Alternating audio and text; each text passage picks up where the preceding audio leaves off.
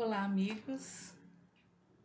É com grande alegria que mais uma vez aqui compareço para um momento de reflexão. Nós estamos estudando o livro Religião dos Espíritos, autoria de Emmanuel, na psicografia de Francisco Cândido Xavier. A lição de hoje, ela se intitula O Caminho da Paz. Mas antes de começarmos a desenvolver o tema de Emmanuel, vamos juntos fazer uma prece, né? Como sempre acontece nas reuniões espíritas. Então, neste momento, nós rogamos ao plano superior, aos benfeitores que nos acompanham e nos orientam nessa jornada sobre o planeta Terra, que estejam conosco, que nos iluminem, que nos inspirem a trazermos da melhor maneira possível o entendimento desse lindo texto de Emmanuel, que trata sobre a paz. Agradecemos aos benfeitores da casa de Frei Anselmo que nos amparam e que nos dirigem. Estejamos atentos ao tema trazido por Emmanuel, que é muito, vamos dizer assim, é muito contemporâneo, é muito próprio para o momento, que o próprio título já diz, né? O caminho da paz. Mas Emmanuel, ele sempre pega um versículo de alguma parte do Evangelho, ou alguma parte de algum livro da codificação para se basear ali e desenvolver a ideia e trazer para nós um entendimento maior daquilo a que ele se propõe. E hoje não é diferente. Emmanuel vai se inspirar na questão 743 do Livro dos Espíritos. E é na terceira parte do Livro dos Espíritos, que fala, no terceiro livro, que fala das leis morais. E ele está tratando, nesse item, nessa questão, ele trata da lei da destruição. E um item específico, a guerra. E Kardec faz a seguinte indagação aos benfeitores que o estavam orientando na confecção daquele compêndio que trouxe para nós, nos dias de hoje, um esclarecimento maior, uma elucidação que nós estávamos precisando. A pergunta feita por Kardec foi a seguinte: a guerra desaparecerá um dia da face da Terra? Olha que pergunta. Você já se fez essa pergunta? Ouça agora a resposta dos benfeitores espirituais. A pergunta é: a guerra desaparecerá um dia da face da Terra? E a resposta: sim. Quando os homens compreenderem a justiça e praticarem a lei de Deus, então todos os povos serão irmãos.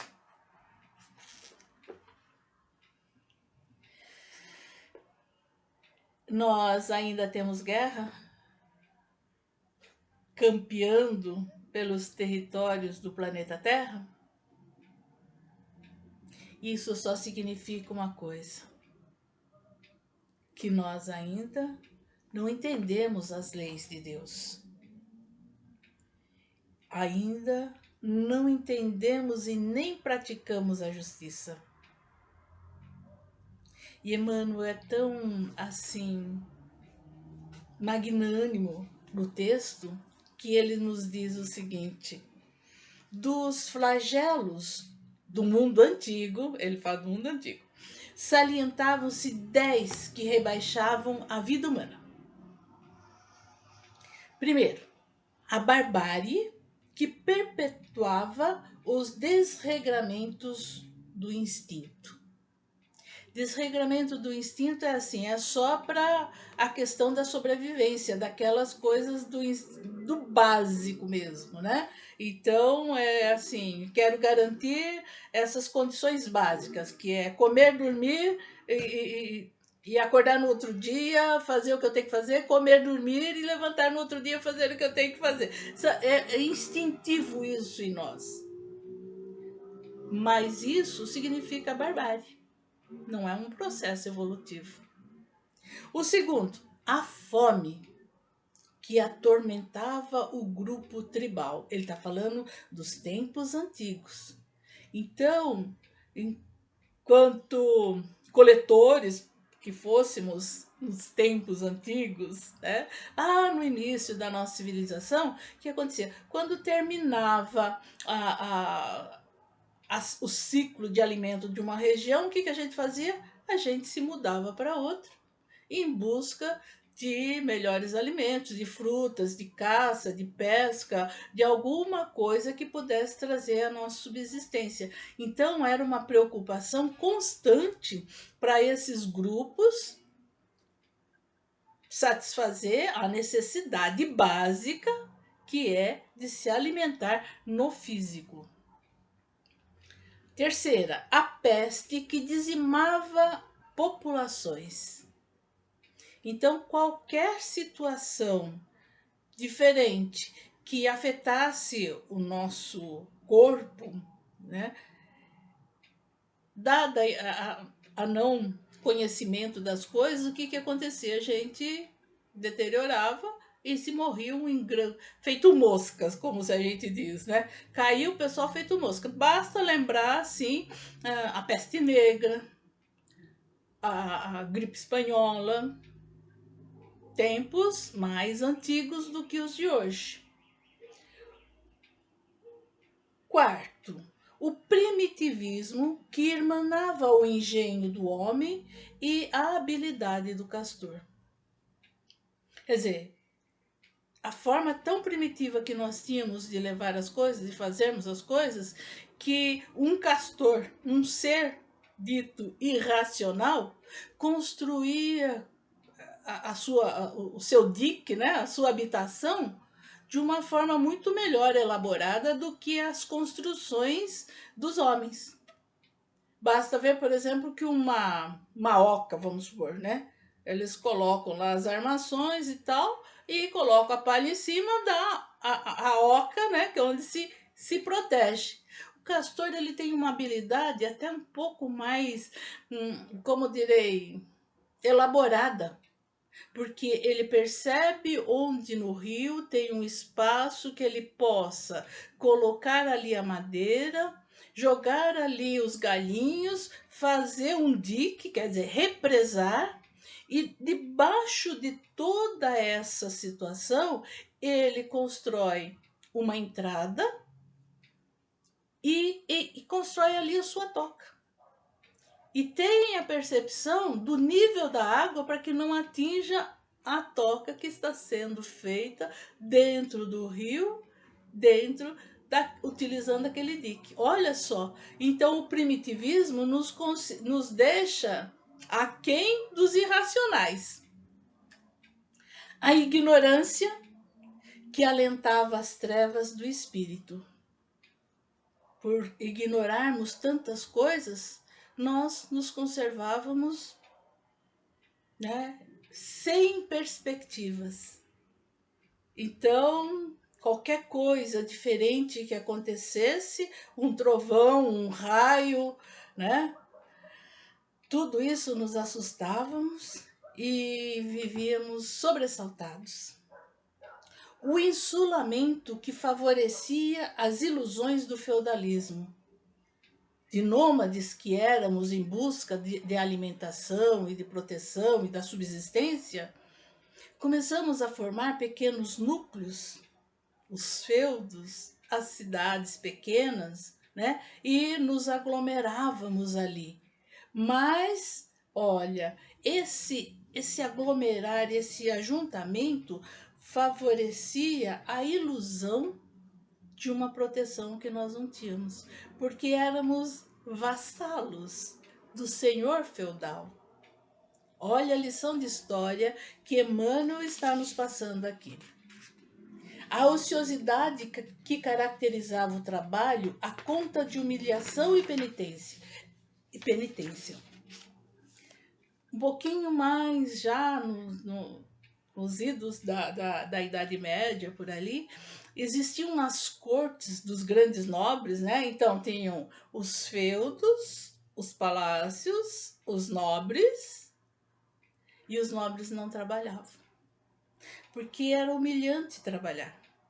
Então, não se trabalhava. E quem fazia tudo? Os vassalos, os escravos, os servos.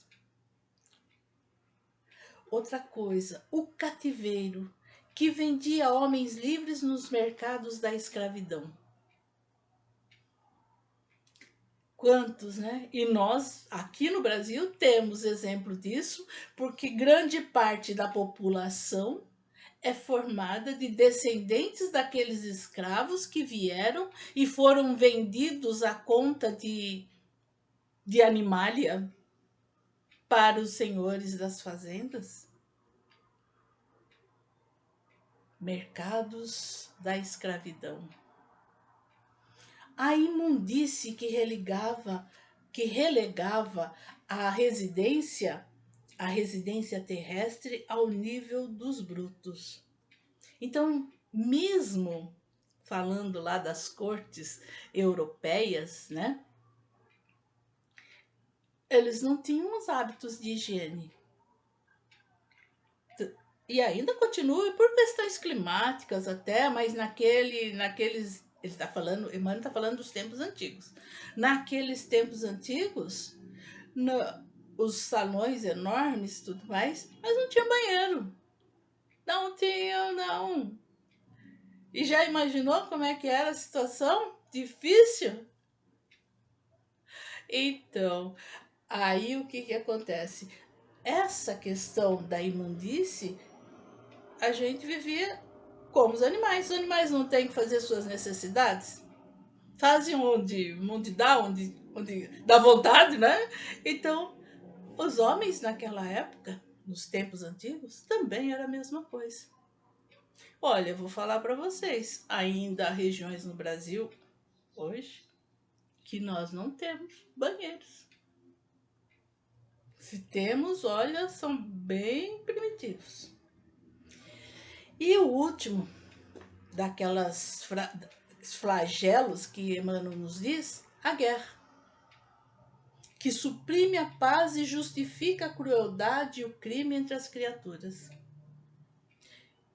E os benfeitores espirituais falaram sim, a guerra vai terminar na Terra um dia, no dia em que os homens praticarem justiça e respeitarem as leis de Deus. Que dia será esse? Que dia esse tão esperado por nós? Emmanuel continua agora, ele está dando uma alavancada no processo. Veio a política e, instituindo vários sistemas de governo, anulou a barbárie. Então, com a política, quer dizer, essa negociação política é assim, é você ter a capacidade de negociar as suas necessidades, né? E então, diferentes sistemas, seja qual for, mas é a capacidade que o homem tem de negociar as suas necessidades. Anulou a barbárie. Nós começamos a articular as nossas necessidades e a negociar. Apareceu, negociar parece outra coisa aqui que Emmanuel fala. Apareceu o comércio e, multiplicando as vias de transporte, dissipou a fome. As grandes navegações, não é? Que iam buscar especiarias lá nas Índias, né? Para trazer para a Europa, iam levar e trazer essa mercadoria. Começou assim a distribuição daqueles produtos essenciais à alimentação do homem de uma forma mais abrangente. Não era só ali regionalizado, era bem abrangente. E se nós olharmos hoje, por exemplo, no Brasil tem muito disso, né? Tem áreas que são muito, né, dos agronegócios, né, e que levam depois para os centros para ser distribuídos essas mercadorias, né? Mas foi de acordo com essa questão do comércio que exigiu o desenvolvimento do transporte. Olha que interessante. Surgiu a ciência e exterminou a peste. Quer dizer, a ciência começou a examinar, mas por que isso? Por que essa situação? Como é que se chega a isso? A peste negra, por exemplo, era a questão dos ratos e das pulgas, que naquela época graçava o planeta Terra e com isso levou essa doença perigosa a muitos povos, né? E dizimou muita gente. A febre, aqui também, a febre espanhola, na Europa e aqui no Brasil, também fez muitas vítimas, mas pelo estudo, pela aplicação, pela disciplina, pelo analisar do que acontecia, se resolveu muita coisa. Eclodiu a indústria e desfez o primitivismo. A indústria, então, deu uma alavancada no nosso processo de crescimento. Brilhou a imprensa e proscreveu-se a ignorância. A imprensa, lembra que antes de Gutenberg, né, que criou a imprensa, todas as obras, tudo que era escrito era manuscrito. Tanto que havia os escribas, os compiladores, né, nos mosteiros, os frades que se especializavam em copiar, em transcrever todo o conhecimento que se tinha na época. Com a imprensa, aquilo se disseminou, né? E o conhecimento chegou mais fácil em todos os lugares. Emmanuel fala assim: criaram-se o telégrafo sem fio e a navegação aérea, e acabou-se o insulamento. Então, com essa questão do telégrafo e da aviação, as pessoas se comunicavam com mais rapidez. Uma coisa que se levaria meses para poder chegar, né? Por exemplo, sair do Rio Grande do Sul até chegar lá no norte, eram meses, né? Na carruagem, a cavalo, que fosse, né? Mas com a aviação isso foi rapidinho. E ele está falando do telégrafo sem fio porque ele é mais ou menos dessa época esse escrito é da época de 50, por aí, metade do século passado. Mas se nós olharmos hoje o avanço de tecnologia, as redes sociais, Emmanuel está falando aqui para que pudesse ter o entendimento daquela época. Mas ele olhando de cima, ele conseguia perceber tudo o que está acontecendo hoje. Dessa rapidez. Acontece um fato aqui, já lá no mesmo instante, do outro lado já se sabe. Então, aquela coisa de estar prisioneiro, isolado em determinados lugares, não existe mais. É tudo muito rápido, muito instantâneo. Progrediram os princípios morais e o trabalho fugiu como estrela da e o trabalho fulgiu, quer dizer, brilhou como estrela da dignidade humana, desacreditando a ociosidade. Então, agora a gente fala assim, o trabalho enobrece o homem, dignifica o homem. Então ele está dizendo, olha, com essa evolução do entendimento moral e de a nossa consciência trazer à luz alguns conceitos das leis divinas, o trabalho passou a ter um outro valor. Então, ele acrescentou a dignidade humana. A pessoa que trabalha, ela se sente útil, ela se sente assim, crescida, vamos dizer assim, né? Para ela mesma, não para os outros. Cresceu também a educação espiritual e aboliu-se o cativeiro. Por entendermos que nós somos seres iguais, filhos de um único Deus, a educação espiritual, não há como entender mais a escravidão. Por isso, os países tiveram que abolir a escravidão, parar com essa questão do comércio do homem pelo próprio homem. Agigantou-se a higiene e removeu-se a imundície. Agora, eu acho tão interessante que agora pequenos atos, e nós estamos percebendo isso, como lavar as mãos, passou a ser considerado de suma importância para a nossa sobrevivência. Pequenos hábitos de higiene que outros países já adotavam por questões culturais, como, por exemplo, não entrar dentro da sua casa com o mesmo calçado que você andou na rua.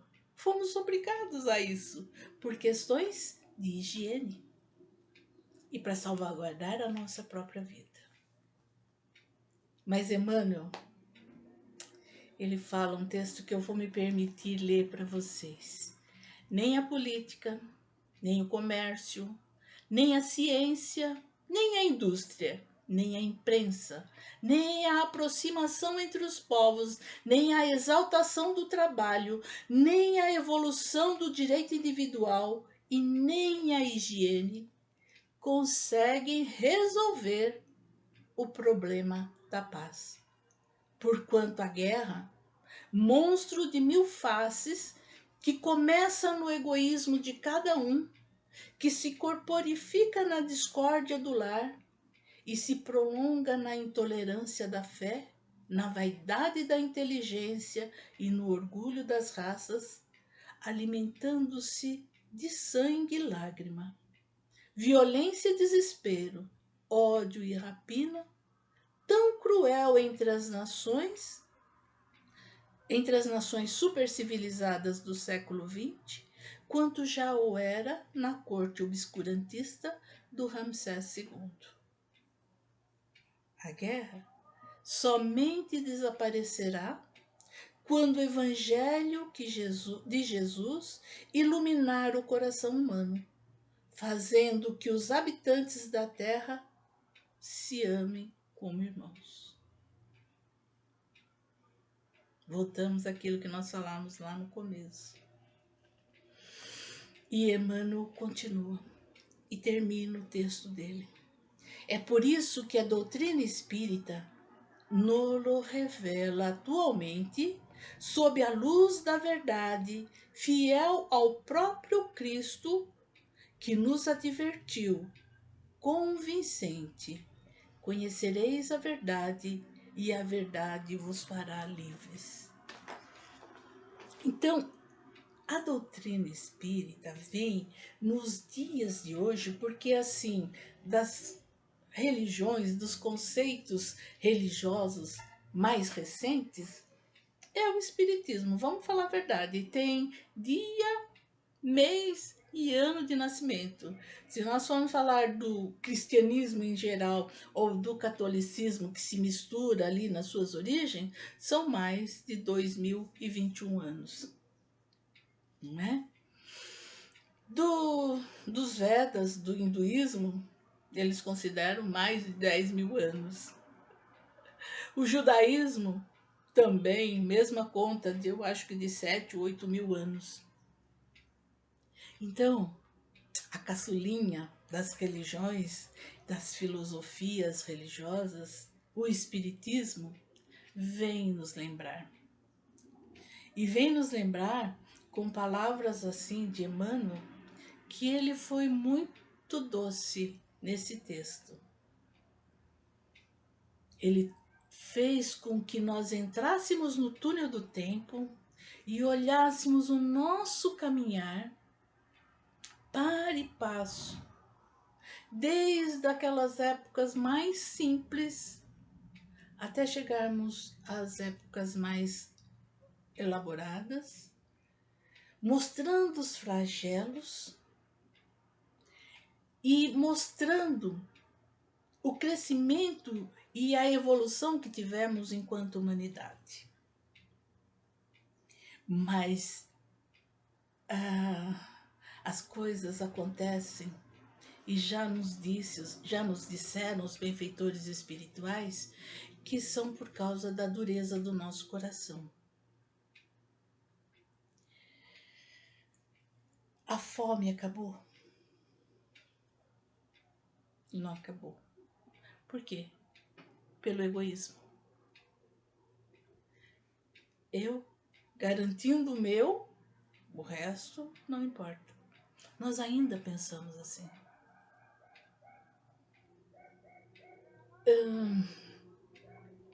A evolução, a escravidão. Vamos falar da escravidão. A escravidão acabou. Daquele jeito mostrado pela história, né? Ela aparentemente terminou. Mas vamos parar e pensar. Não há ainda famílias que escravizam aqueles que necessitam de trabalho? Que ficam servilmente oferecendo o seu trabalho a troco de cama e comida? E que nós ainda não paramos para pensar que essa é uma maneira de escravizar?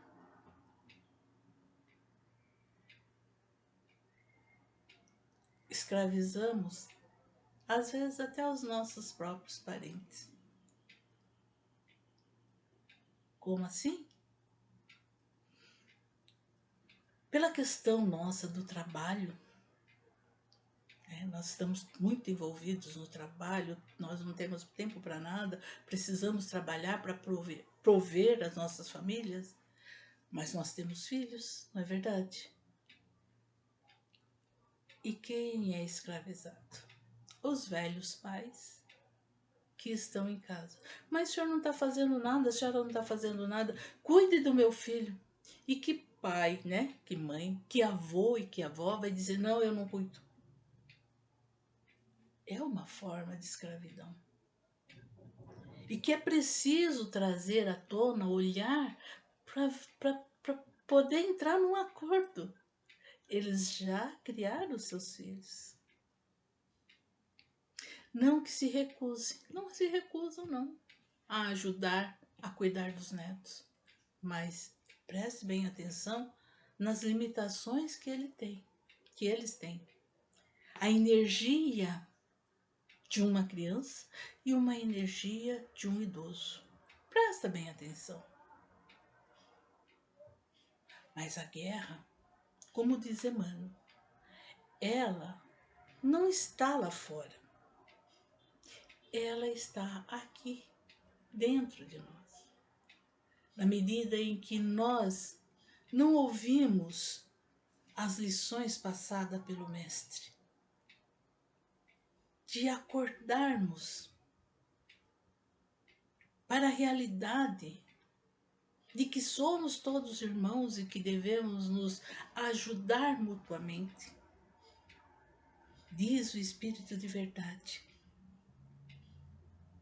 Amar uns aos outros. Eis o primeiro mandamento.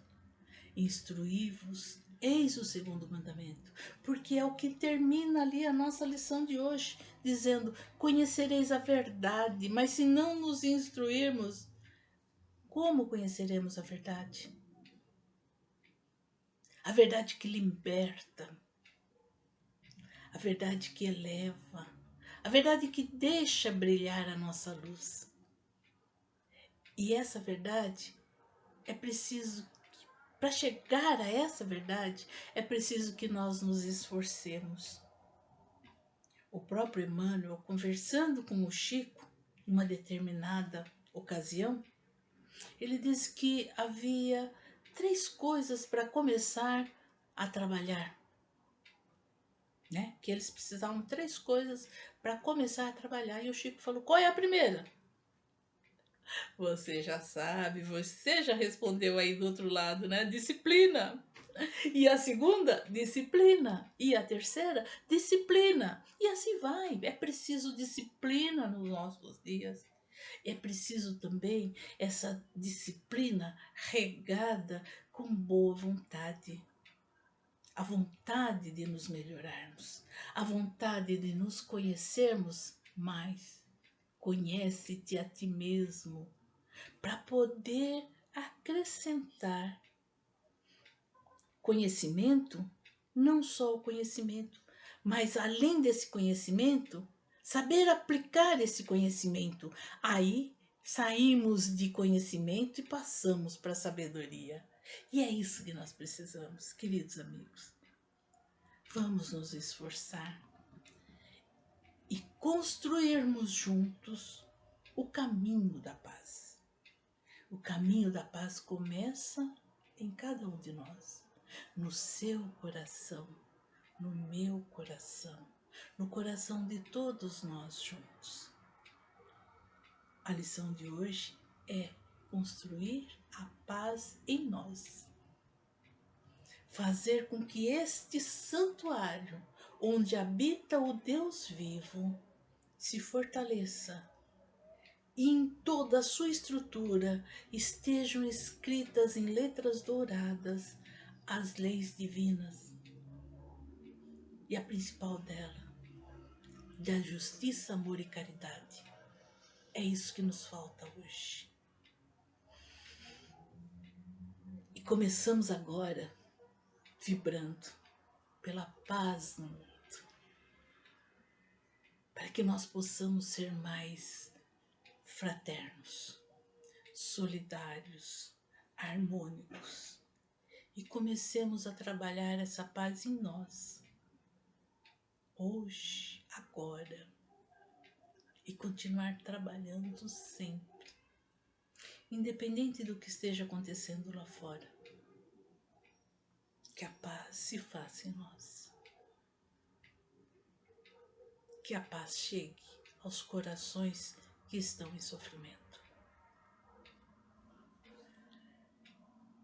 E assim nós vamos encerrando o nosso momento de reflexão, agradecendo aos benfeitores espirituais, protetores da casa de Frei Anselmo,